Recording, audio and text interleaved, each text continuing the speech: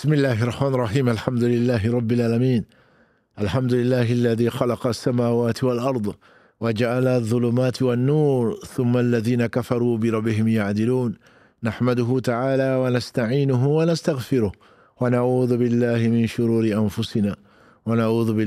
شرور أنفسنا ومن سيئات أعمالنا من يهده الله فلا مضل له ومن يضلل فلا هادي له أشهد أن لا إله إلا الله وحده لا شريك له وأشهد أن محمدا عبده ورسوله اللهم صل على محمد وعلى آل محمد كما صليت على إبراهيم وعلى آل إبراهيم إنك حميد مجيد اللهم بارك على محمد وعلى آل محمد كما باركت على إبراهيم وعلى آل إبراهيم في العالمين إنك حميد مجيد ورضى اللهم عن الخلفاء الراشدين والصحابة أجمعين ومن تبعهم بإحسان إلى يوم الدين ما بعد والسلام عليكم ورحمة الله وبركاته. Mes frères, mes sœurs, les louanges, les remerciements, les éloges ne cirent qu'au vivant qui ne meurt pas, je nomme Allah. Le premier qui n'a pas de début, le dernier qui n'a pas de fin. L'apparent, le dominant sur toute chose, le subtil, le bien informé. Nous le louons, nous revenons vers le repentant. Et il y a de quoi, c'est lui qui accueille le repentir. Nous demandons protection contre les conséquences de nos péchés, et lui seul en sait le nombre. Et les tendances de l'âme certainement ordonne le mal, hormis celle à qui Allah fait miséricorde. Celui qui Allah guide, nul ne saura l'égarer. Celui qui est privé de sa guidée, nul ne saura lui montrer le droit chemin. J'atteste donc qu'il est le seul digne d'adoration, j'atteste la véracité de l'exemplarité, de la prophétie de Muhammad ibn Abdillah, qu'Allah bénisse ce prophète, sa famille, ses compagnons agréés, et tous ceux qui les auront suivis dans le droit chemin nous fassent l'honneur d'en faire partie. Je dis bien l'honneur d'en faire partie, parce que c'était les meilleurs des hommes, après les prophètes, alayhim salatu wassalam. Qu'Allah les bénisse tous, et nous les fasse aimer, et nous fasse aimer les actes qu'ils aiment, qui étaient donc leur point de mire, à savoir les actes qui les rapprochent de lui, subhanahu wa ta'ala. En effet, Allah a purifié leur cœur, Allah leur a donné ce qu'il donne qu'aux gens qu'il aime, à savoir la foi. La foi remplissait leur cœur, malgré nos similitudes physiologiques. Ils avaient en plus l'amour d'Allah subhanahu wa ta'ala qui leur a accordé, et malgré tout ce bonheur, ils craignaient de rencontrer leur Seigneur qui ne soit pas satisfait donc d'eux. Dans notre série donc du mercredi, la médecine des cœurs, et nous en avons besoin, on le sait bien, puisque comme Ibrahim alayhi salatu wassalam nous dit dans la sourate 26, Ash-Shu'ara, les poètes, versets 88 et 89, Allah a mis dans la bouche de son rapproché, de son intime Ibrahim alayhi salatu wassalam, l'un des deux qu'il a rapproché comme il n'a rapproché aucun homme, hormis Ibrahim et Muhammad alayhi salam. Il dit Yawma la yanfa'u malun wa la banoun illa man ata Allah bi qalbin salim. Le jour où ni les biens matériels, ni les enfants ne serviront à qui que ce soit, sauf celui qui rencontre Allah avec un cœur qui est pur, un cœur qui est purifié.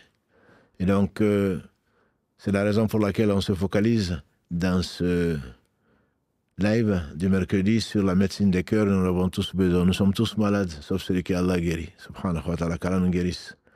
Qu'Allah nous purifie le cœur par les moyens qu'il a révélés, subhanahu wa ta'ala. Il n'y a pas de maladie, comme l'a dit le prophète sallallahu alayhi wa sallam, qu'Allah fait descendre sans descendre son médicament. Et certainement le meilleur des médicaments, c'est le rappel d'Allah, subhanahu wa ta'ala.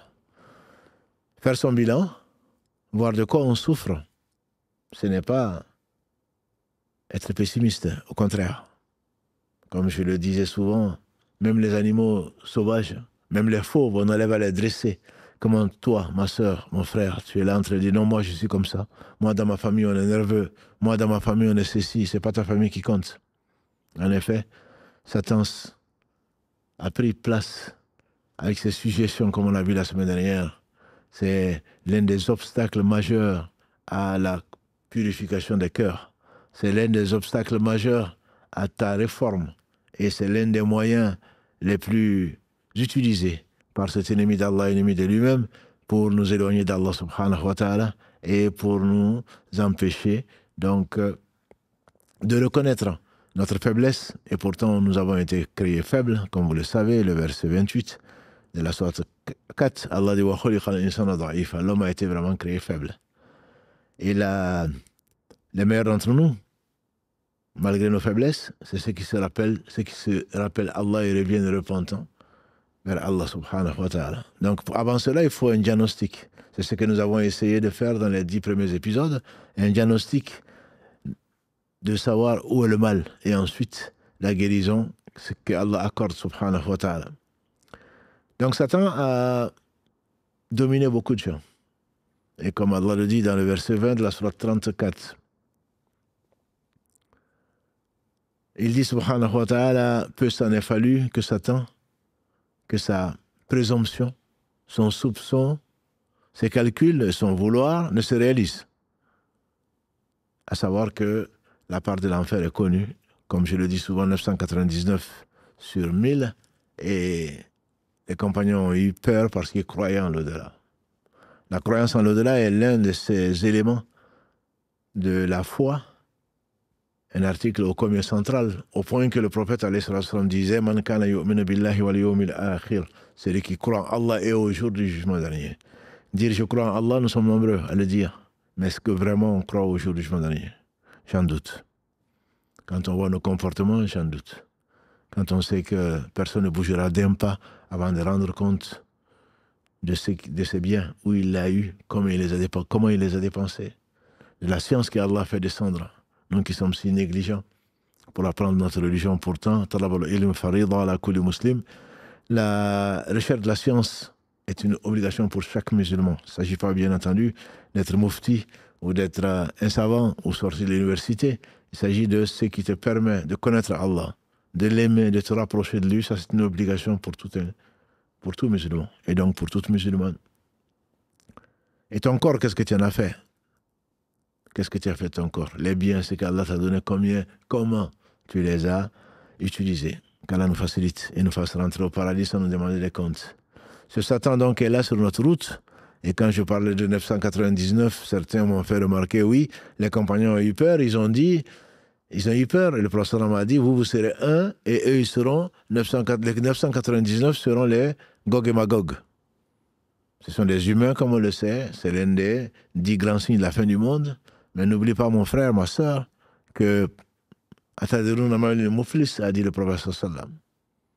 Dans ce qui a été rapporté, si ma mémoire est bonne, de l'imam muslim. Est-ce que vous connaissez l'insolvable? C'est celui qui vient au jour du jugement dernier avec beaucoup de prières, beaucoup de jeûnes, beaucoup de bonnes actions. Il a frappé un tel, pris le bien de tel autre, insulté ceci. Et on va prendre de ces bonnes actions. Il s'agit de qui? De celui à qui Allah subhanahu a donné la possibilité de prier, de jeûner, de faire de sadaqat, et qu'il a accepté. Donc il a fait sincèrement, suivant la sunna du prophète sallam. Allah n'accepte que de cela. Allah n'accepte que des pieux. Et de ces pieux-là, en tout cas, au moment où ils le faisaient, à côté de cela, ils ont fait ce qu'ils ont fait. Allah a accepté ce qu'ils ont fait et en même temps, ils n'ont pas réparé ce qu'ils devaient réparer. Allah va prendre de leurs bonnes actions. C'est qui? Ce sont des musulmans? Oui. Ce sont des croyants, certainement. Ils ont été pieux également. Allah va prendre leurs bonnes actions et pour compenser, puisqu'il est juste, les méfaits qu'ils ont commis, et ensuite, s'ils n'en ont pas, s'il n'y a pas assez, et très certainement, on doit craindre de ne pas avoir assez. De tout ce que nous faisons, me disait un frère ce matin, ce qu'il faut craindre, c'est qu'Allah n'accepte pas, malgré les efforts. Comme le posait une sœur pour une question de lundi. الذين ضل سعيهم في الحياة الدنيا وهم يحسبون أنهم يحسنون صنعا. Dis-leur, ya Muhammad, surat 18, verset 103, dis-leur, ya Muhammad, ne vous informerai-je pas des pires des perdants? C'est ceux qui ont dépensé leur énergie dans la vie de ce bas monde pensant bien faire. Je crains qu'il y ait beaucoup d'activistes, qu'il y ait beaucoup d'appelés et très peu d'élus. Vu les comportements des uns et des autres, qui ne font pas de la crainte d'Allah, l'espoir en Allah, l'amour d'Allah, leur priorité. Qu'Allah nous préserve contre les conséquences de nos péchés, les tendances de l'âme.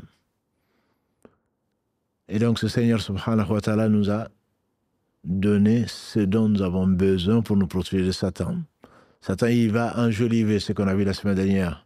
il va enjoliver les choses. On a dit comme un fossé sur lequel, disaient certains savants, il y a des fleurs. Tu vas les admirer. Tu vas même vouloir les cueillir et tu tombes dans le panneau. Moi, je me connais, c'est ce qu'on dit. Tu ne te connais pas. Si tu te connaissais jamais, tu n'aurais fait confiance à ton âme. Les anciens disaient que celui qui connaît son âme, il la déteste. C'est Allah qui dit, verset 53 de la sourate 12. Inna nafsa la amaratum bisu. Illa ma rahima rabbi. Le propre de l'âme, c'est d'ordonner le mal.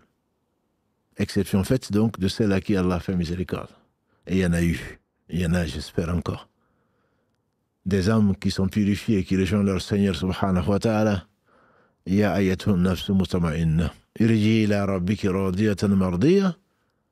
Dans le verset 27 à 31 de la sourate 89, Al-Fajr, Allah dit, ô âme apaisée, ô âme apaisée, reviens vers ton Seigneur agréé de lui et que tu agrées.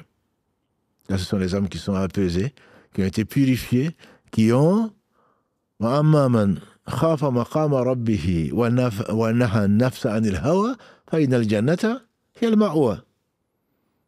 Dans les versets 40 et 41 de la sourate 79. An-Nazi'at, Allah dit, est celui qui a craint la rencontre de son Seigneur et a empêché, maîtrisé, dompté son âme. Son séjour sera le paradis qu'Allah subhanahu wa ta'ala nous l'accorde. Qu'Allah nous l'accorde. Mais ça va avec la lutte contre les corrupteurs, parmi lesquels il y a certainement Satan, qui va t'enjoliver les choses, et donc tu vas finir par tomber dans le panneau et il va se désolidariser de toi au jour du jugement dernier, puisqu'il a réussi son coup, il a réussi son plan, puisque lui, il a l'enfer. Allah, sa promesse est vraie, il dit qu'il va remplir l'enfer des djinns et des hommes. Qu'Allah nous préserve. C'est Satan donc a juré à Allah de nous amener tous en enfer. L'exception est faite. Ce sont les serviteurs élus d'Allah, qu'Allah nous compte parmi ceux-là. Et individuellement donc, il t'a séduit. Grâce à Allah subhanahu wa ta'ala, tu t'es préservé. Ne sois pas orgueilleux. C'est grâce à Allah que tu t'es préservé. Surtout, ne tourne pas autour de l'interdit. Al-halal bayyin wa al-haram bayyin, disait le prophète sallallahu alayhi wa sallam, d'après Nu'man ibn Bashir, qu'Allah l'agré, rapporté par Nu'man ibn Bashir, conseillé dans les deux authentiques de Bukhari et Muslim, Al-halal bayyin wa al-haram bayyin. Le halal est évident, ou est clair. Le licite est clair. L'illicite aussi. Entre les deux, il y a des choses ambiguës. Celui qui tourne autour, celui qui rapproche des choses ambiguës, alors très certainement, son exemple est comme ce berger qui a fait paître son troupeau autour d'un enclos réservé. Peu s'en faut que les bêtes ne rentrent dans l'enclos. N'est-ce pas que les choses réservées d'Allah, c'est ce qu'il a interdit. Et c'est là où il a conclu, sallallahu alayhi wa sallam, il y a un morceau de chair dans le corps. S'il est pur, tout le corps est bon. Et s'il est corrompu, c'est tout le corps qui est corrompu, n'est-ce pas que c'est le cœur. Si Allah t'a préservé, ma sœur, parce que à cause de sa miséricorde, et tout bienfait vient de lui, et que tu arrives à te rappeler Allah subhanahu wa ta'ala, il y a un autre facteur. Satan va mobiliser, on a dit, graduellement, il va t'attaquer graduellement.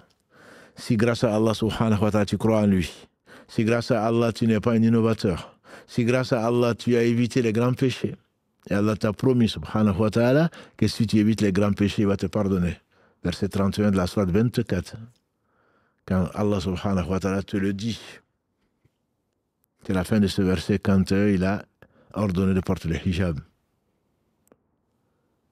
Allah t'a préservé de ça. Les petits péchés, tu ne persistes pas dessus. Et nous sommes tous des pécheurs. Et les meilleurs d'entre nous sont ceux qui sont repentants. Tu ne persistes pas dessus, tu t'en éloignes, tu demandes pardon à Allah. Il va t'occuper par des choses qui sont, on a dit la semaine dernière, qui sont permises. Mais tu vas passer beaucoup de temps dedans, mais qui ne rapportent pas grand-chose. C'est permis, c'est pas interdit. Quand tu vas dire à quelqu'un, reste pas trop dans le jeu, reste pas trop, il va te dire, oui, mais c'est une perte de temps. C'est interdit? Non, c'est pas interdit. Mange pas trop, c'est interdit? Oui, c'est interdit si tu es un gaspilleur. Mais pas trop de 1 000 € dans une paire de chaussures. C'est interdit? Oui, c'est interdit. Allah n'aime pas les gaspilleurs. Les gaspilleurs sont des frères de Shaitan. Si tu t'occupes de choses, des futilités, ton look, du paraître, comme beaucoup d'entre nous, t'occupes de cela, Satan t'aura poussé à cela.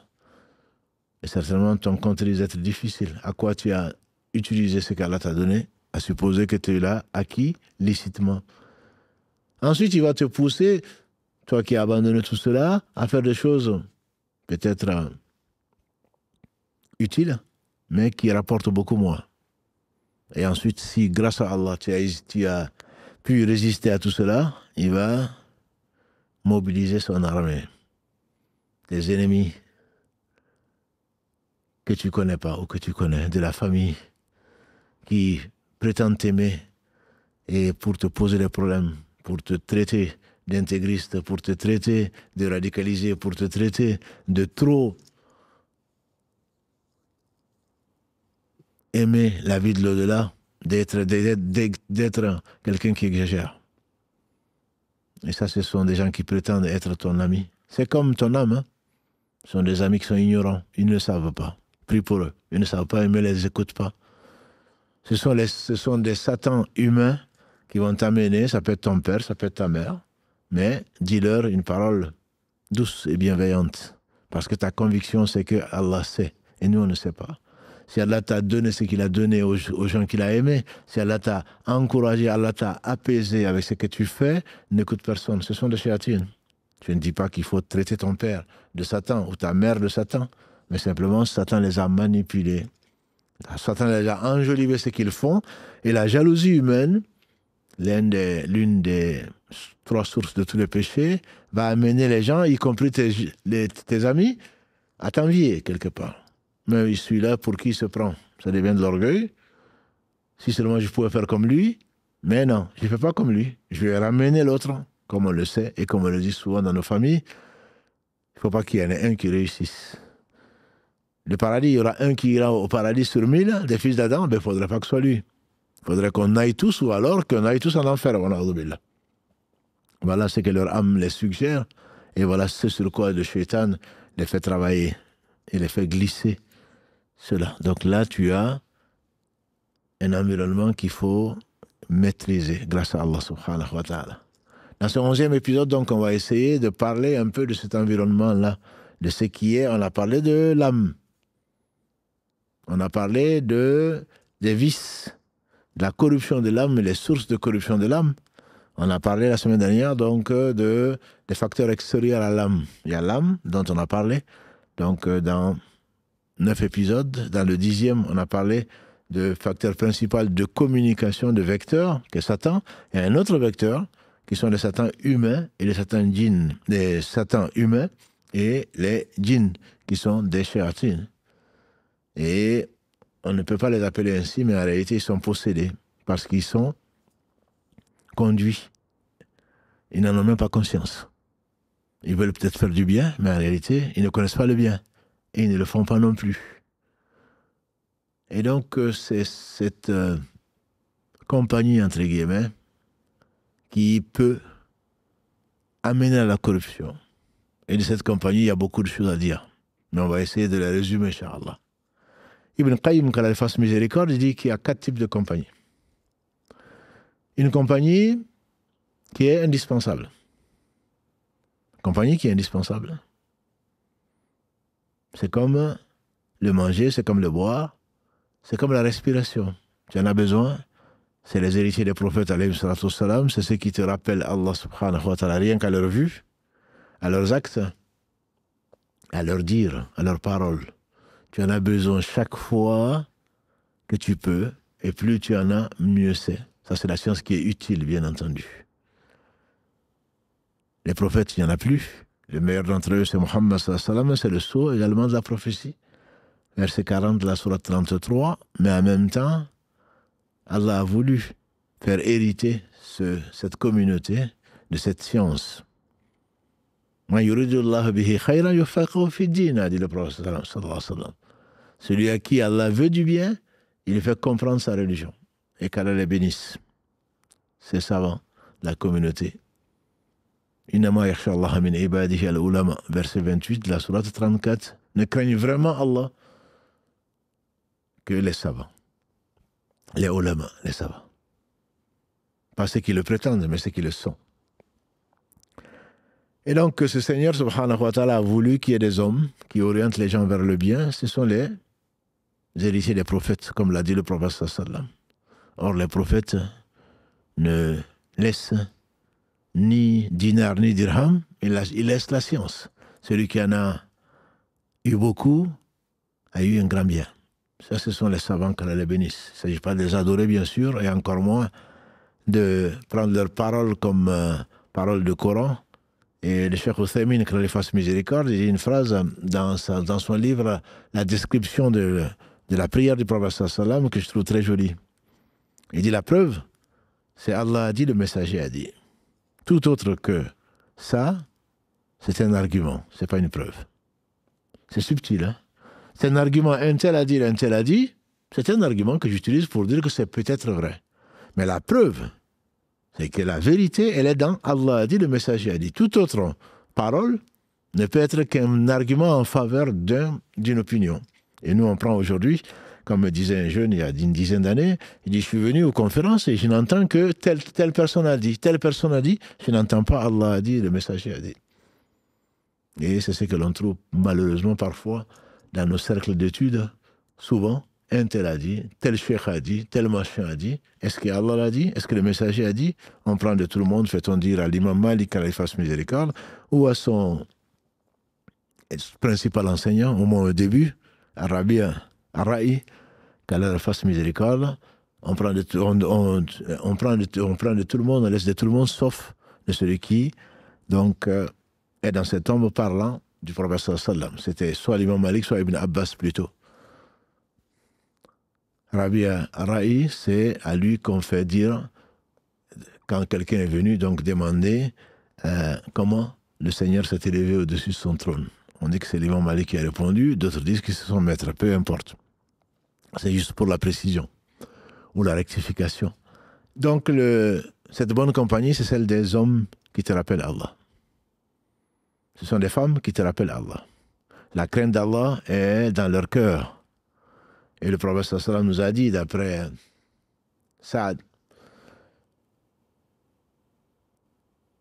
ibn Sa'd as-Sa'di, qu'Allah fasse miséricorde, que le prophète sallallahu m'a dit, celui dont l'objectif est la vie de ce bas monde. Allah, lui, multiplie ou lui écarte ou multiplie ses objectifs. Il cherche partout ce bas monde. Allah met la pauvreté entre ses yeux et il n'aura de ce bas monde que ce que Dieu lui a destiné. Celui dont l'objectif est le bas monde, Allah lui rassemble, le concentre, le focalise son objectif parce qu'il sait. Tout autre qu'il est centré sur l'objectif. Celui-là, comme l'a décrit le prophète sallallahu alayhi wa sallam, Allah met la richesse dans son cœur. La vraie richesse, c'est celle du cœur, a dit le prophète sallallahu alayhi wa sallam. Allah lui focalise son affaire, il met la richesse dans son cœur et le bas monde lui vient. Le bas monde vient à lui, plutôt que lui, il aille vers ce bas monde. Et donc, ça, c'est la meilleure des compagnies. Quand tu le vois, prie pour lui. Qu'Allah subhanahu wa ta'ala les récompense de la meilleure des façons pour nous avoir transmis ce que Allah subhanahu wa ta'ala a envoyé à ses messagers, notamment aux meilleurs des hommes. Et donc, il a consigné dans le livre d'Allah subhanahu wa ta'ala et il a sunna purifié de son prophète sallallahu alayhi wa sallam. Ça, c'est la première catégorie. Tu me diras, je ne peux pas toujours être à cette compagnie ici. Il y en a qui l'ont été pendant combien d'années, qui ont voyagé à pied. Nous, on a enseigné hier soir que l'imam Ahmad, qu'Allah fasse miséricorde, il a fait, il est combien de voyages et à pied. Et il y a des voyages auxquels il a renoncé parce qu'il n'avait pas assez d'argent. Et il travaillait pour gagner, pour aller voyager, pour aller apprendre. On dit qu'il a eu 280 ou quelques enseignants. Et ce n'est pas le seul, et ce n'est pas le meilleur d'entre nous. C'est possible d'avoir une compagnie tant que tu peux. Ils travaillaient, bien sûr. Ce n'étaient pas des gens qui vivaient d'un salaire de l'État ou surtout qui se font passer pour ceux qui ne sont pas, qui vivent sur le dos des gens, sur des sadaqats, ayant ce qu'ils ont, avec des villas, avec des voitures, au prix de leurs adeptes ou plutôt des gens de leur secte. Et ils sont adorés, qu'Allah nous en préserve. On dit que l'imam Ahmad Khari fasse miséricorde, il n'acceptait même pas de cadeaux venant des autorités, venant de quiconque il acceptait. Mais il rendait des cadeaux mieux encore que ce qu'on lui offrait.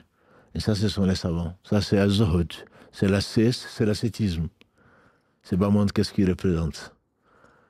Un imam, un vrai savant, doit être, comme Allah le dit subhanahu wa ta'ala dans la bouche des prophètes alayhi salatu wasalam, la nas'alukum alayhi ajra. On ne vous demande pas de salaire pour cela. Notre salaire incombe à Rabbil Alamin, au Seigneur des mondes. Vivre sur les richesses des gens ou compter sur les gens, ça t'éloigne forcément de la vérité. Puisque si tu dis des choses qu'ils n'aiment pas, forcément, ils vont te diminuer, ils vont empêcher de te donner, ils vont s'empêcher eux-mêmes de te donner ce que tu attends d'eux. Donc tu leur diras que c'est ce qui leur plaît. Et revenons à notre sujet, donc ça c'est la première des compagnies, et c'est la meilleure. La deuxième compagnie, dit-il, de l'homme, c'est le fait de fréquenter des gens dont tu as besoin, quand tu as besoin seulement. C'est le médecin, c'est le dentiste, c'est le boulanger, c'est le boucher, une fois par jour, ou je ne sais quand, tu as besoin d'y aller, ben tu vas y aller. Et une fois que tu as pris ce dont tu as besoin, tu te retires, tu ne vas pas pour faire la causette. Tu y vas, ce sont des gens qui sont utiles, alhamdulillah, à la communauté, et qui monnaient leur service. Ce n'est pas interdit. Ça, c'est la deuxième compagnie.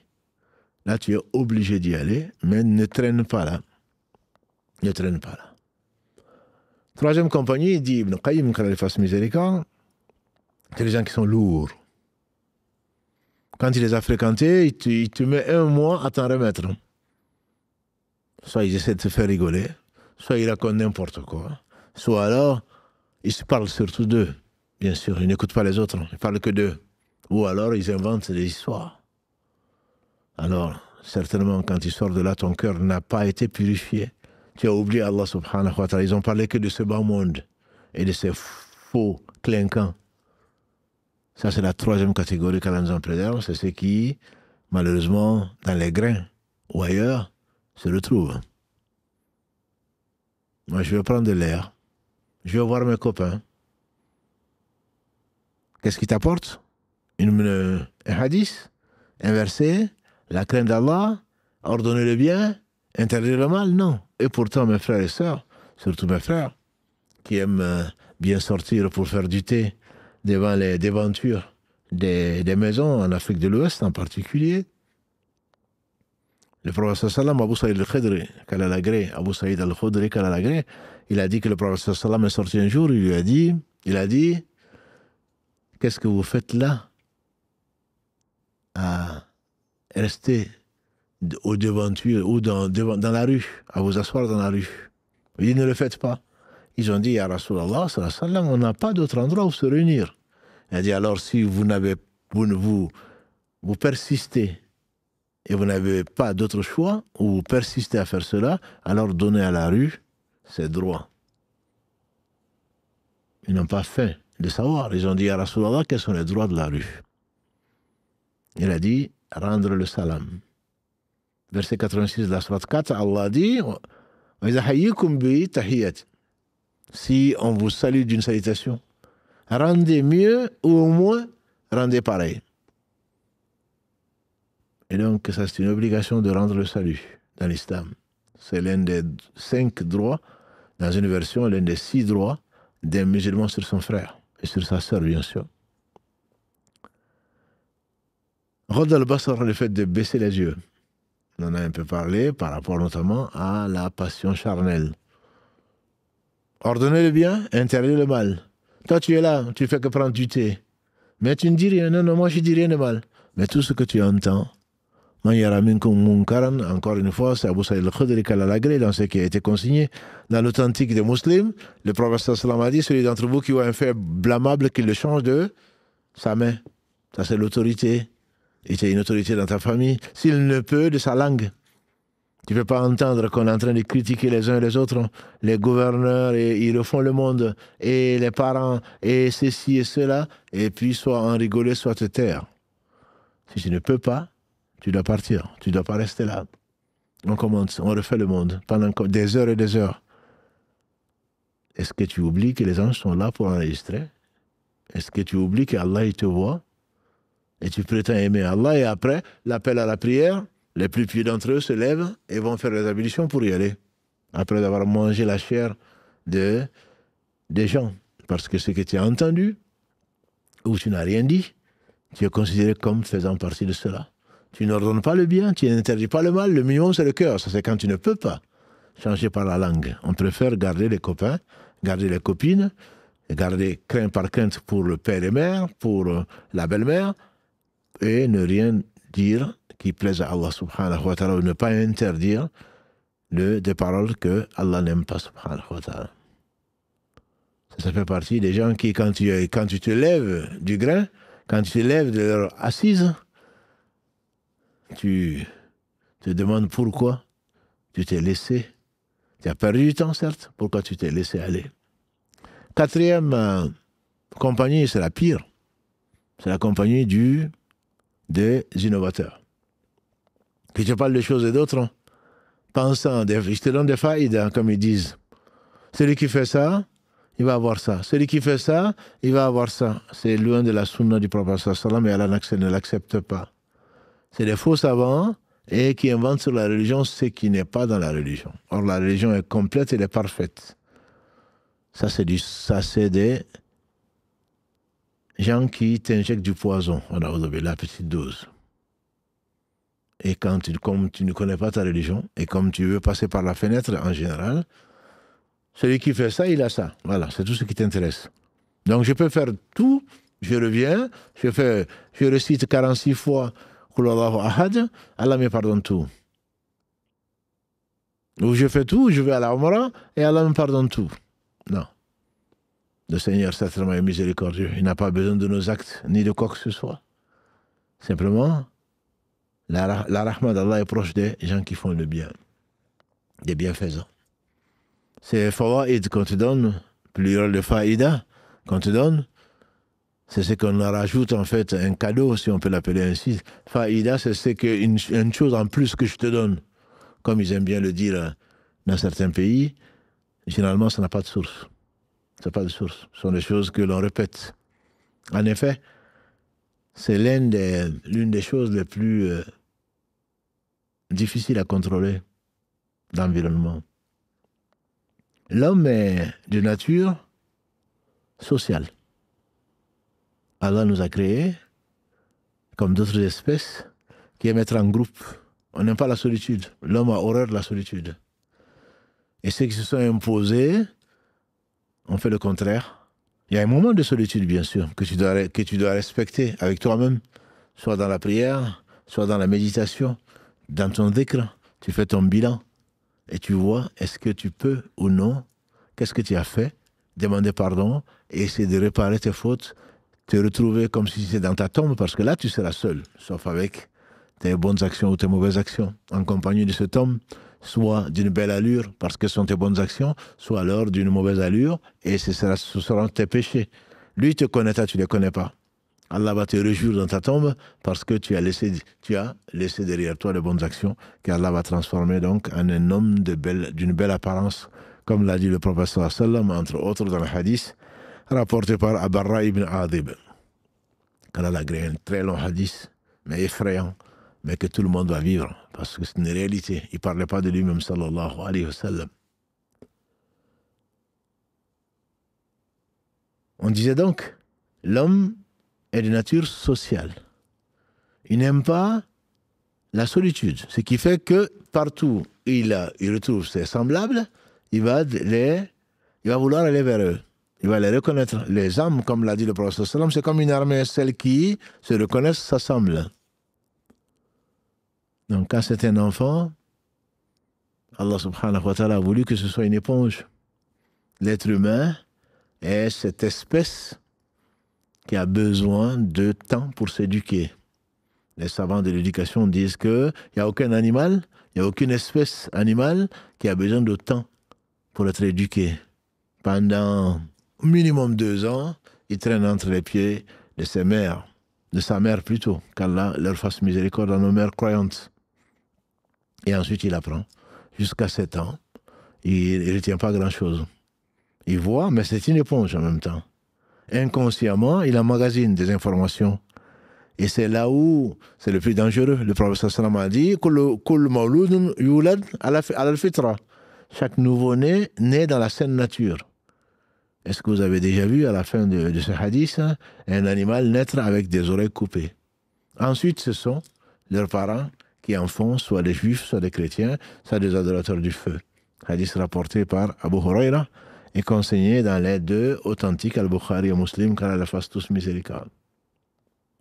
Donc, c'est les éponges. Et en général, on va suivre les parents jusqu'à un certain âge, jusqu'à l'âge adulte en général, donc l'âge de la puberté dans l'islam. 14 ans, 15 ans pour les hommes, pour les femmes, un peu plus tôt, en général. Et donc ça, c'est une tradition. C'est une tradition que les gens évoquent pour justifier leurs mauvaises croyances. Allah en parle notamment dans le verset 21 de la sourate Luqman, la sourate 71. Également, il en parle dans les versets 22 et 24 de la sourate 43, Zukhruf, l'ornement. Et ils sont toujours en train de justifier leurs croyances par rapport à ce que leurs parents ont fait. Et si leurs parents se trompaient?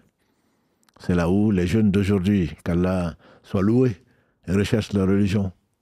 Et mes séjours récents en Afrique m'ont montré combien les jeunes, notamment les jeunes filles, sont accrochés à leur religion. C'est vrai en Afrique, c'est également vrai, je dirais, presque partout, y compris dans nos mosquées en France ou ailleurs. Ce sont des jeunes, et notamment les futures mères, qu'Allah les bénisse, et qu'Allah bénisse leur progéniture, qui recherchent leur religion quand les hommes s'occupent d'autre chose. Sauf celui à qui Allah fait miséricorde. Et donc, cette tendance est très grave, mais les parents sont responsables de cela. Mais ça fait partie des vecteurs de la corruption. Beaucoup de parents pensent qu'ils savent et ils imposent même à leurs enfants. Et bien entendu, Kullukum ra', a dit le prophète sallam, rapporté, consigné dans les 2 authentiques, Al-Bukhari et Muslim. Le prophète sallam dit chacun d'entre vous est un pasteur ou un berger et sera responsable de ce qui lui a été confié. L'homme est responsable de sa famille, il sera interrogé dessus jusqu'à la fin du hadith. Kullukum ra', wa kullukum mas'oulun an ra'ati. Chacun d'entre vous est responsable, sera interrogé sur sa responsabilité. Et Allah ordonne dans le verset 6 de la sourate 66, justement, Ya ayyuhalladhina amanu, Qu anfusakum wa ahlikum nara wa quduhu an-nas wal hijara.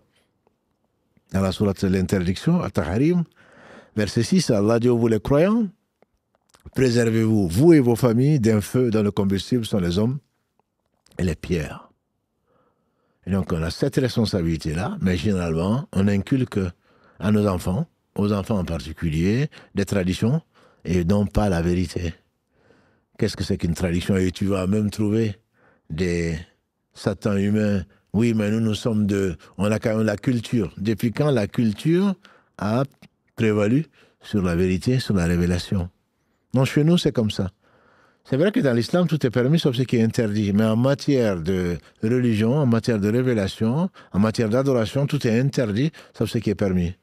Tu vas en trouver qui vont traduire, qui vont vouloir prier dans leur langue, dans leur dialecte, qui vont continuer à aller à la mosquée en même temps, qui vont adorer des idoles. Ça, bien entendu, il n'y a pas de discussion entre 2 savants, même entre 2 personnes raisonnables. On ne peut pas à la fois être polythéiste et à la fois être croyant en Allah subhanahu wa ta'ala. L'unicité va forcément contre le polythéisme. C'est pour cela que Allah a envoyé les prophètes, tous et sans exception. Passé cet âge où, à partir de 7 ans, on va commencer à avoir d'autres influences en sus.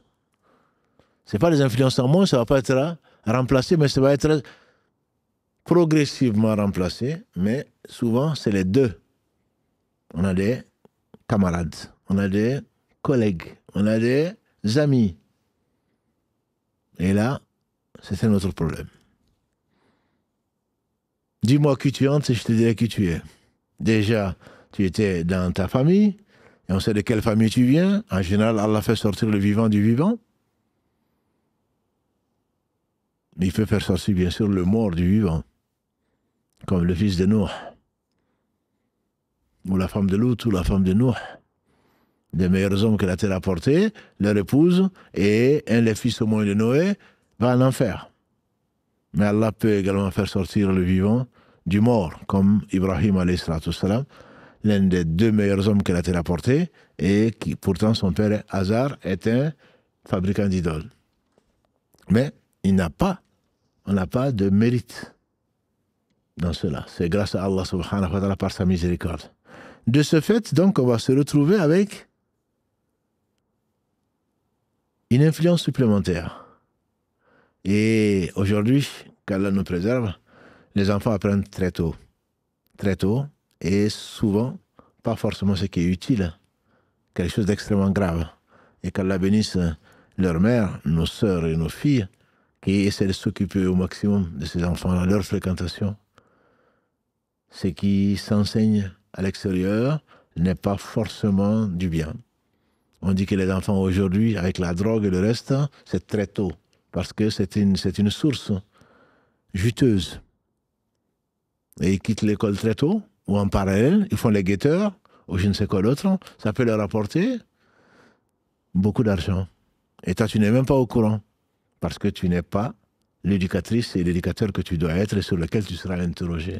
Tu ne sais pas de quoi l'enfant, où est parti ton enfant, en dehors de l'école, même à l'école, qu'est-ce qu'il a appris, qu'est-ce qu'il a entendu, à la récré, au retour de l'école, en partant à l'école, et etc., etc. Et je ne te parle pas des jours fériés et du soir, etc. Tu sais, ta responsabilité, ma soeur. Ta responsabilité, surtout, mon frère. Ça, c'est une influence, que tu le veuilles ou pas. Parce que l'enfant va vouloir aller avec les gens qui lui ressemblent. Et surtout, il y a un complexe. Il y a un complexe d'être seul. Et tout le monde fait quelque chose, donc l'enfant va avoir tendance à imiter les autres. C'est un âge qui est caractérisé, d'après les sociologues, caractérisé par le fait de vouloir ressembler aux autres. On ne veut pas se singulariser. Il n'a pas cette force-là. Elle n'a pas cette force-là. Toutes ses copines ont un téléphone, tous les copains ont ceci, moi aussi je vais l'avoir. Les paires de chaussures à 1 000 €, c'est toi qui es responsable de ça, parce que c'est toi qui lui as donné. Ou alors il revient avec une paire de chaussures, tu ne sais pas, c'est un copain qui l'a donné. La paire de chaussures coûte 100, 500 €, et tu ne lui demandes même pas. Non, non, c'est tel copain. Mais tu le connais. Appelle-le, demande-lui. Et si c'est le cas, va voir ses parents. Comment se fait-il que votre enfant dit que est-ce que c'est vrai? S'ils disent que c'est vrai, tu peux leur conseiller. Mais au moins, tu sais que ton enfant n'a pas menti. L'argent facile, hein? Tout ça pour faire le beau au collège, au lycée, etc. Qu'Allah bénisse nos sœurs qui essayent de bien éduquer leurs enfants. D'ailleurs, comme j'ai accepté le principe, et avec Karim, on en avait parlé l'année dernière, donc il y avait les jeunes ados en particulier. Il y a un jeune qui demandait qu'on fasse des lives spéciaux pour les jeunes. Et on y pense, Inch'Allah. Et on va essayer de discuter avec eux, si vous avez des idées, des spéciales jeunes, ados en particulier, pour qu'on discute. Parce que l'islam, il n'y a pas de tabou. Il n'y a pas de choses qu'on ne discute pas. Donc ça, Inch'Allah, on reviendra dessus, si Allah nous le permet. Et ensuite, tu as une autre influence. Tu as une influence, après cela, cette influence, et ensuite, l'influence peut-être pas déterminante, hein, c'est le choix de l'époux, le choix de l'épouse. On ne va pas, bien entendu, épuiser le sujet aujourd'hui, mais le choix de l'époux et de l'épouse. C'est vraiment, comme disait un auteur, ce sont c'est l'immunité, c'est la défense immunitaire contre les maladies contagieuses. Non seulement vous vous aimez, Allah fait que une atmosphère de paix règne dans la famille. وَمِنْ آيَاتِهِ أَنْ خَلَقَ لَكُم مِّنْ أَنفُسِكُمْ أَزْوَاجًا لِتَسْكُنُوا إِلَيْهَا وَجَعَلَ بَيْنَكُم مَّوَدَّةً وَالرَّحْمَةً إِنَّ فِي ذَلِكَ لَآيَةً لِقَوْمٍ يَتَفَكَّرُونَ. Allah dit dans le verset 21 de la sourate 30, parmi ces signes d'avoir créé de vous pour vous une épouse afin que vous retrouviez la paix, la sérénité, la sakina, et a mis entre vous amour et miséricorde. Un enfant qui baigne, je ne dis pas qu'il va être forcément impieux, mais au moins un enfant qui baigne dans ça, il a envie de venir à la maison. Quand on voit sa mère frappée, insultée, quand on voit son père traité de je ne sais quoi d'autre, hein, c'est sûr qu'on n'a pas envie de rentrer. Quand ce ne sont que des chamailles, quand ils se chamaillent devant les enfants et ailleurs, on les entend crier, un enfant n'a pas envie de rester dans cette atmosphère. Qui est responsable de sa fuite, de rechercher la paix à l'extérieur, forcément il va la chercher. Va-t-il la trouver? Ça m'étonnerait. Et tu es responsable. Et donc, cette compagnie que tu proposes aux enfants va les pousser vers l'extérieur plutôt que de rester à la maison parce qu'ils voient que la compagnie n'est pas bonne. Mais il y a encore peut-être pire, surtout aujourd'hui. On ne va pas en parler assez aujourd'hui, mais tout le monde le sait aujourd'hui, c'est les réseaux sociaux. C'est le téléphone. Le monde est devenu un village. Le monde est devenu un village. Il y a une sœur qui a la réforme qui m'a demandé un conseil, il y a un mois, je pense à peu près, qui me dit quel conseil vous pouvez me donner. Je regarde, je suis sur les réseaux sociaux de 9 à 11 heures par jour. Ça vous étonne peut-être, hein, mais que chacun d'entre nous voit combien de temps il est sur les réseaux. Tu dors 8 heures, tu es sur les réseaux pendant 10 heures. Qu'est-ce qui te reste? 18 heures? Quand est-ce que tu travailles? Quand est-ce que tu fais tes prières? Quand est-ce que tu fais des dhikr? Quand est-ce que tu fais autre chose? Il te reste combien? 7 heures et encore. Bien sûr que les réseaux sociaux sont utiles. La preuve, c'est qu'on est en train de faire des lives. Les réseaux sociaux sont utiles. Il y a le e-commerce. On l'utilise pour cela. Les réseaux sociaux sont utiles parce qu'il y a des connexions, LinkedIn ou je ne sais quoi d'autre, entre professionnels. Et le reste, ça existe. Les réseaux sociaux sont importants. La toile et tout le reste, bien entendu. Mais tu crois qu'ils le font pour tes beaux yeux? Non. Ils ont ces logiciels. Ils ont tout ceci pour attirer notamment les enfants. Cette pollution qui amène jusqu'à la débilité, qui amène, vous avez entendu récemment, un jeune, un ado, en train de se suicider. On va maintenant demander des fatwas à Cheikh Ahmad, il paraît. L'intelligence artificielle que tu as utilisée, j'ai telle et telle situation, qu'est-ce que tu me conseilles? Je savais qu'il y avait des mouftis, comme j'en ai parlé, de jeunes qui ne savent pas vraiment ce que c'est que la religion et surtout qui ne sont pas conscients qu'un moufti, sur 3 juges, 2 juges en enfer, a dit le prophète sallam. Et un moufti, c'est, disait l'imam Malik, c'est quelqu'un qui, avant de répondre, voit que, en fonction de ce qu'il va dire, va l'amener soit en enfer, soit au paradis. C'est sûr que quand tu penses pas au paradis et en enfer, tu vas répondre à toutes les questions. Tu vas demander, il appelle Cheikh Ahmed, l'intelligence artificielle. Et quel est l'avis de l'islam sur ça? Et tu crois que tu crains Allah? Non, certainement pas. Tu vas demander à une machine que dit Allah sur ceci et cela. Je ne dis pas que ce n'est pas utile. Le Cheikh Rouhaili, qu'Allah le préserve, on lui a posé la question, il a dit bien entendu que ça peut servir. Tu veux préparer une conférence, tu veux faire un live, tu veux faire une khutbah, tu veux faire je ne sais quoi d'autre, tu peux demander à l'intelligence artificielle, tu peux demander à Internet quels sont les versets qui parlent de ceci. Quels sont les... Et ensuite, tu vas voir l'explication, tu vas voir autre chose, et qu'est-ce que les savants ont dit dessus. Les gens vont jusqu'à maintenant, dans les Muqabala, en se présentant, en recherchant une sœur ou un frère, ils vont utiliser l'intelligence artificielle, ChatGPT, pour embellir les choses. Tu vas demander à une machine comment je vais me présenter, qu'est-ce que je vais promettre à une personne, et tu crois que tu crains Allah? J'en doute. La preuve, c'est que ça ne dure pas longtemps.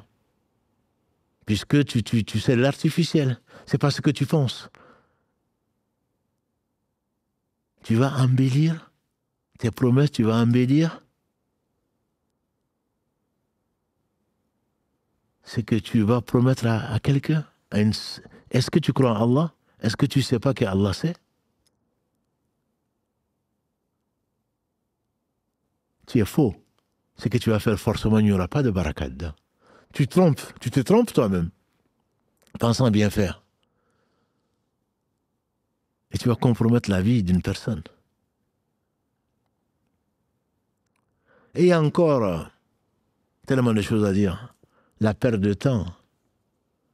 Ibn Qayyim disait que la perte de temps, c'est pire que de perdre la vie. Parce que quand tu perds la vie, tu as une vie éternelle qui t'attend, soit en enfer, soit au paradis.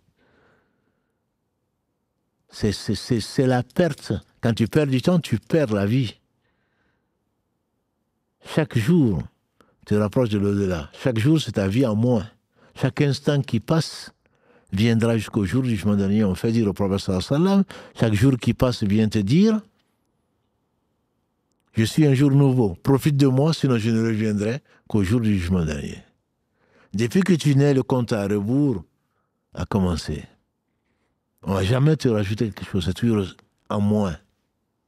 Jusqu'au jour où tu rencontreras Allah subhanahu wa ta'ala. Le prophète sallallahu n'a-t-il pas dit à un jeune, Abdallah ibn Omar, radiallahu anhuma, kun fi dunya ka'annaka gharib aw abiri sabil. Le jeune homme soit dans ce bas monde comme un étranger ou un passant. Il a pris par son épaule, soit dans ce bas monde comme un passant ou comme un étranger. Et lui, comment il a compris, comment il a expliqué, hadith rapporté entre autres par l'imam al-Bukhari, quand il fasse miséricorde, il dit, rapporté par Ibn Omar, anhuma, et consigné dans l'authentique d'al-Bukhari, il dit, si tu es au matin, n'attends pas le soir. Si tu es au soir, n'attends pas le matin.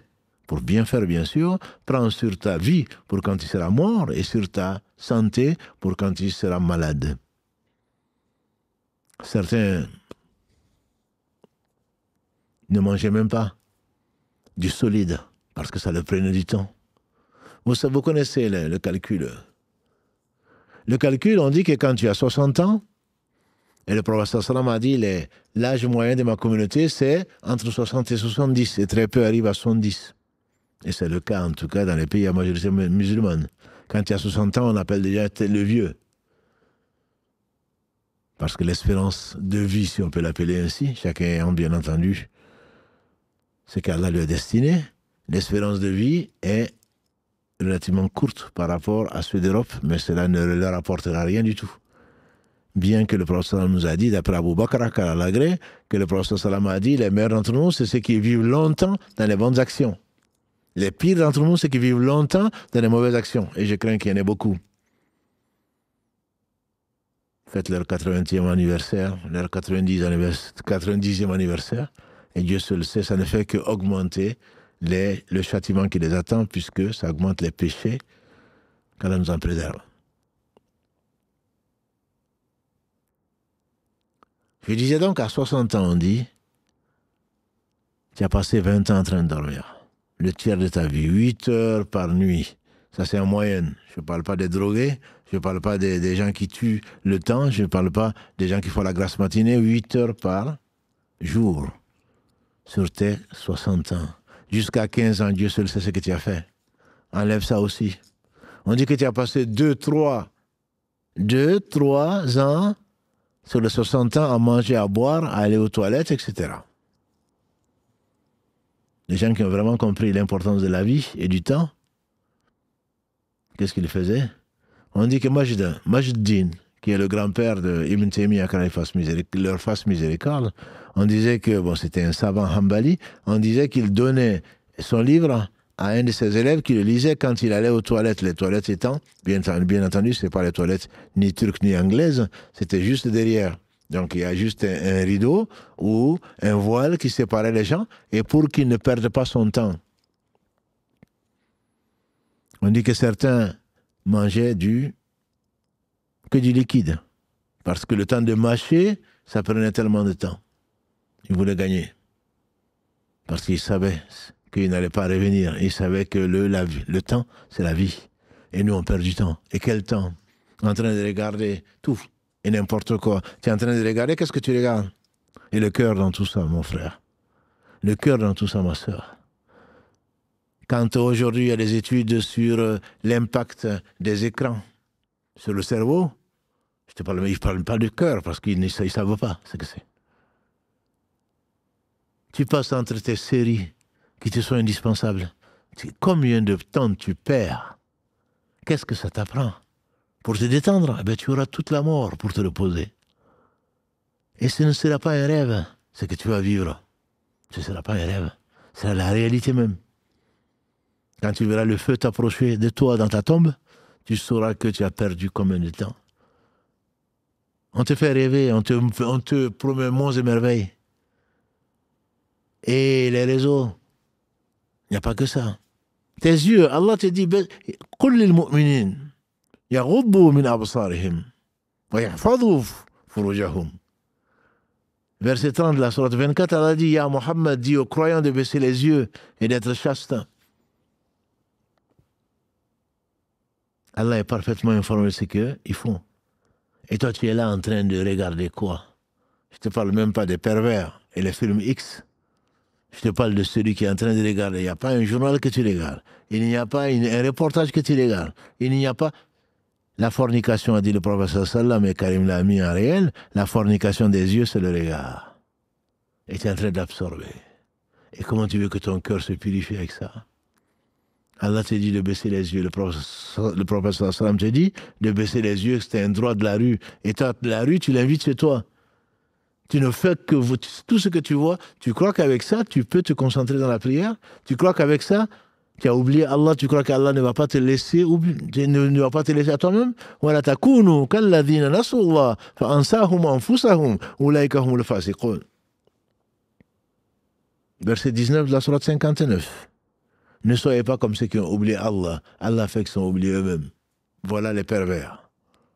Tout le temps que tu es en train d'oublier Allah, tu crois que c'est parce que Allah t'a laissé à toi-même. Allah n'a pas voulu de toi. Celui qui me mentionne, dit Allah subhanahu wa ta'ala dans le hadith Qudsi, celui qui me mentionne à lui-même, je le mentionne à moi-même. Celui qui parle de moi en public, qui me mentionne en public, je le mentionne dans un public meilleur. Les anges rapprochés. Et est-ce que tu as pensé à Allah pendant ces heures, pendant ces 90 minutes plus la mi-temps? Et bien plus. Certainement, très peu. Très peu. Et tu vas le regretter demain. C'est que on dit celui qui sera au paradis, ce qu'il va regretter, c'est d'avoir pas fait plus. D'avoir pas profité de son temps. Et quel temps nous perdons. Et avec ça, comment ça t'étonne que nos cœurs soient corrompus avec ce qui rentre, avec la corruption, avec la fornication de tous les jours, ce qu'on entend, ce qu'on écoute. Et je ne te dis pas ceux qui sont sur les réseaux, les influenceurs, entre guillemets, qu'Allah nous préserve contre les conséquences de nos péchés. Tu es égaré, tu égares les autres. Et tu veux mourir, tes péchés ne vont pas mourir, comme le dit quelqu'un. Le Cheikh Nouaim, celui qui a écrit Comment vivre plus longtemps.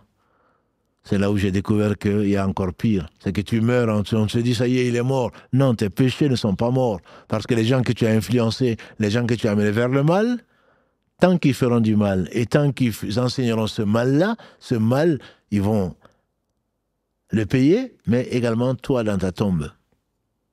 Et peut-être au jour du jugement dernier également, parce que tu as laissé celui qui fait une sunna. On dit une sunna qui correspond à ce qu'Allah a révélé. Il aura la récompense. Et la récompense de tous ceux qui le suivent. Une bonne sunna ou une mauvaise. Celui qui laisse derrière lui de quoi faire des péchés. Et je ne te parle pas, ma soeur, mon frère, de l'ostentation. Tu vas faire la Umrah et tout de suite, tu changes ton profil. Pas parce que tu aimes la Kaaba. Je ne parle pas de cela. Je parle simplement que ton profil a changé pour que tout le monde sache que tu es à la Mecque. Et jure par Allah que tu ne l'as pas fait pour que les gens le sachent. Bien sûr, c'est une adoration. C'est bien ça l'ostentation qui est un péché, un grand péché. La récompense est zéro. Et le péché est là, qui mérite le châtiment. Et c'est que tu exposes. Le monde est devenu, on a dit, un village. Tu auras autant de personnes, ma sœur, qui vont témoigner contre toi. Tu as désobéi à Allah, c'est peut-être le village qui l'a vu. C'est peut-être une dizaine de personnes qui l'ont vu. Et là, c'est le monde entier. Surtout toi qui es influenceuse, qui attire les gens vers le mal.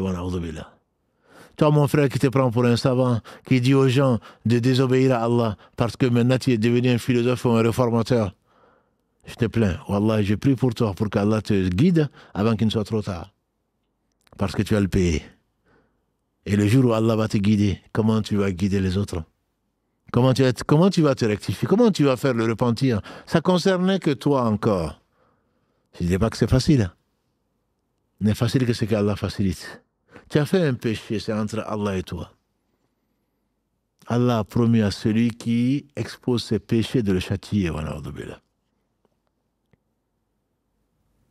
Tu as exposé ta désobéissance à Allah, ce qui ne doit pas te voir ton vu. Comment tu veux espérer le repentir? Et je ne te parle pas du haïn, du mauvais œil, de la sorcellerie. Et tu t'étonnes. Tes photos sont partout. Et tu exposes tout. Et tes enfants, le nouveau-né, et celui qui a eu le bac, et celui qui a réussi à avoir je ne sais pas quoi. Et tu t'es marié, et tout est sur les réseaux. Tu n'as plus de secret. Et je ne te parle même pas, comme le disent les gens qui pratiquent, et c'est le cas.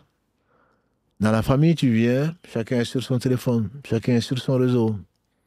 Si tu peux utiliser effectivement les réseaux pour le lien de parenté, c'est une très bonne chose.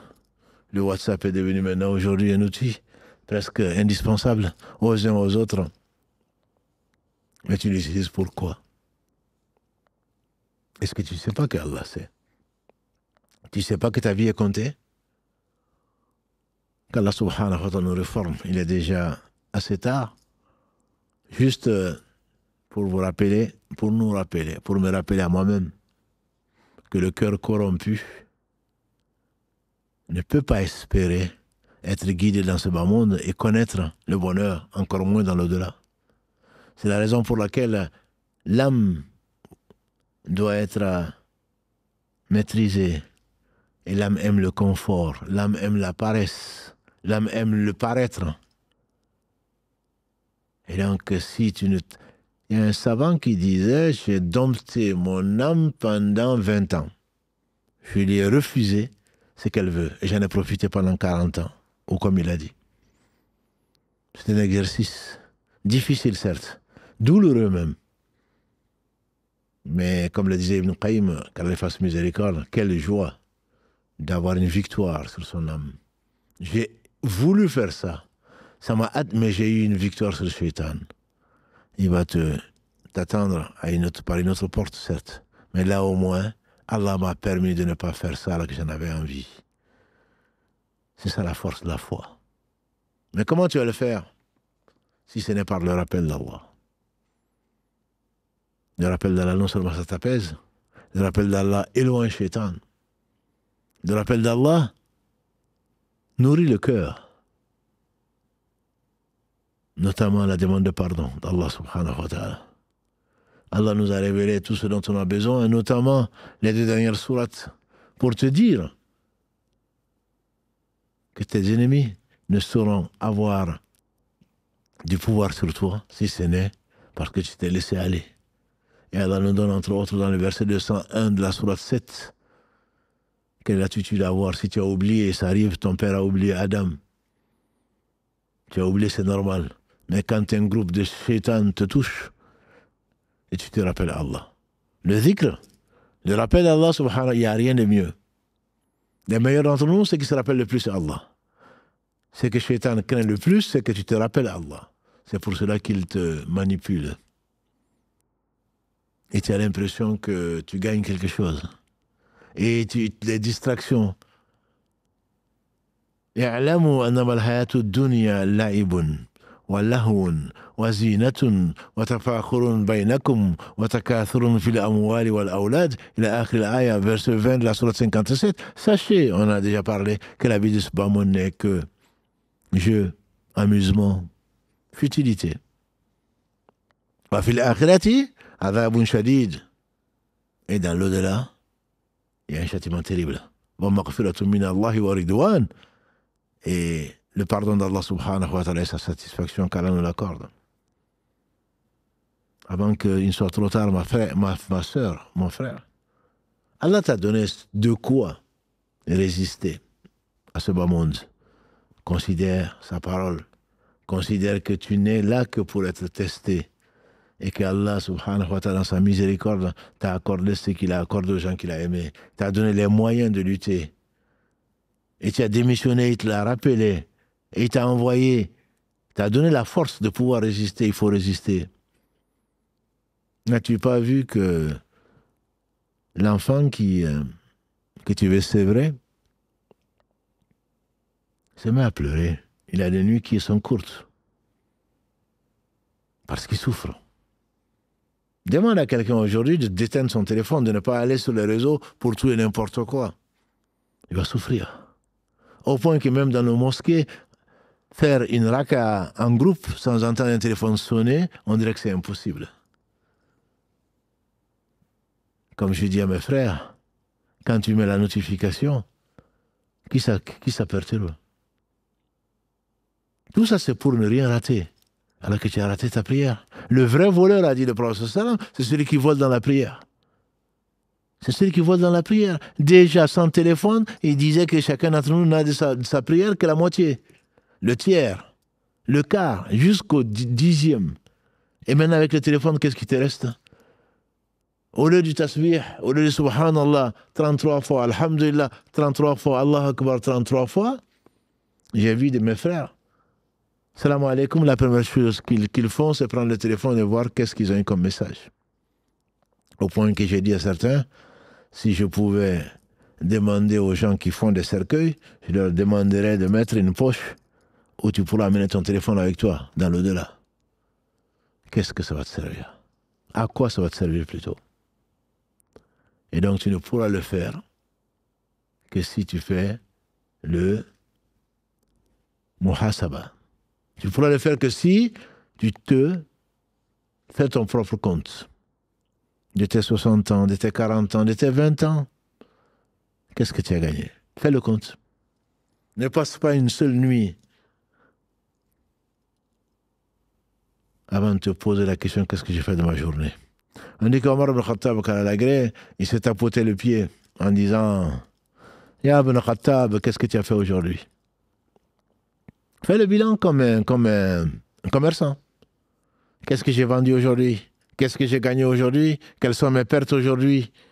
Et si tu as gagné grâce à Allah subhanahu wa ta'ala, remercie Allah. Qu'est-ce que j'ai fait comme bonne action? Et tes péchés, pleure dessus, demande pardon à Allah subhanahu wa ta'ala. On lui fait dire à Omar, quand il a gré, Hasibu anfusakum qabla an tuwazanu. Jugez-vous vous-même avant qu'on ne vous pèse les actions. Et la balance sera posée. Et il n'y aura pas d'injustice. Dernier verset révélé, paraît-il, au prophète sallallahu alayhi wa sallam, d'après un des avis forts, 281 de la sourate al-Baqarah. وَاتَّقُوا يَوْمًا تُرْجَعُونَ فِيهِ إِلَى اللَّهِ ثُمَّ تُوَفَّى كُلُّ نَفْسٍ مَا كَسَبَتْ وَهُمْ لَا يُظْلَمُونَ. Et craignez le jour où vous retournerez à Allah. وَاتَّقُوا يَوْمًا تُرْجَعُونَ فِيهِ إِلَى اللَّهِ وَتُوَفَّى كُلُّ نَفْسٍ. Et chaque âme sera récompensée de ce qu'elle a fait. Et il n'y aura pas d'injustice. Ce muhasaba est indispensable. Quand tu fais, quand tu fais ton compte, on espère que tu vas en tirer les leçons, tu vas redoubler de vigilance et ne pas fréquenter ces lieux qui t'ont amené à cela. Il ne s'agit pas seulement de faire le bilan, de dire « mais oui, effectivement, aujourd'hui, c'est ça ». Et tu repars demain dans la même chose. Avec les mêmes, dans les mêmes lieux, en refaisant les mêmes erreurs. Ce ne sont même pas des erreurs, ce sont des fautes. Et donc ça, c'est indispensable. Quand tu feras ça, tu vas faire le mujahada. Mujahada, c'est quoi? C'est le djihad. C'est bien plus difficile de dompter son âme que de vaincre un ennemi. Tu as envie. L'âme ordonne le mal, on a dit. C'est pas moi qui le dis, c'est Allah qui le dit. Verset 53 de la sourate 12. Allah le dit, l'âme ordonne le mal, hormis celle à qui Allah fait miséricorde.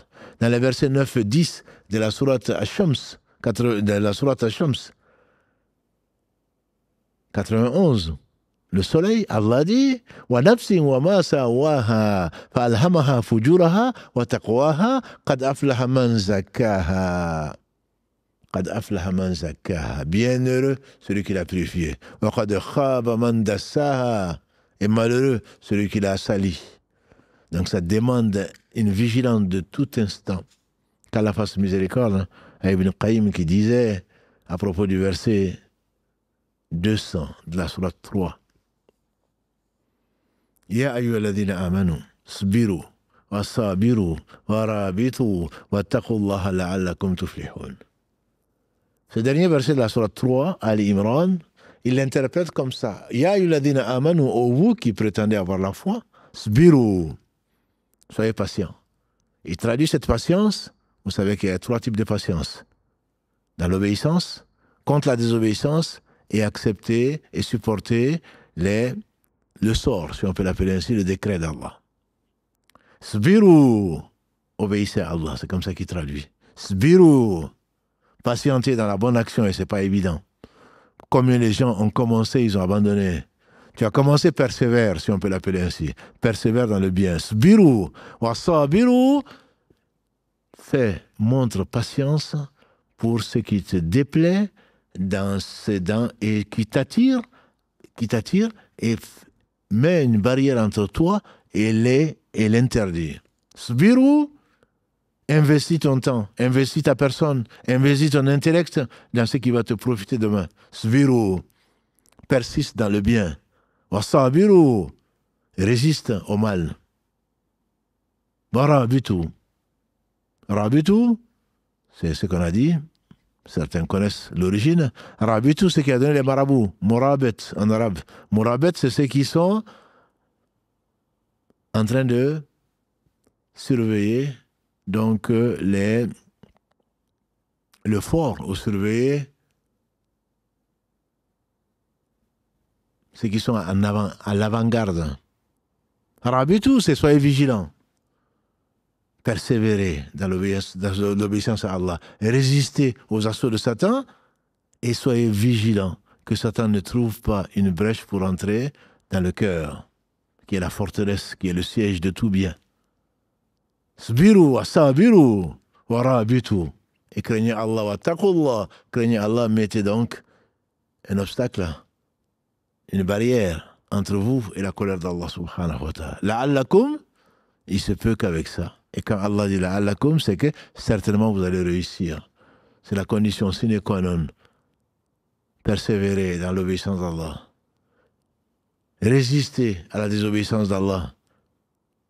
Et être vigilant, une vigilance de tout instant. Ne pense pas que Satan va te laisser tranquille.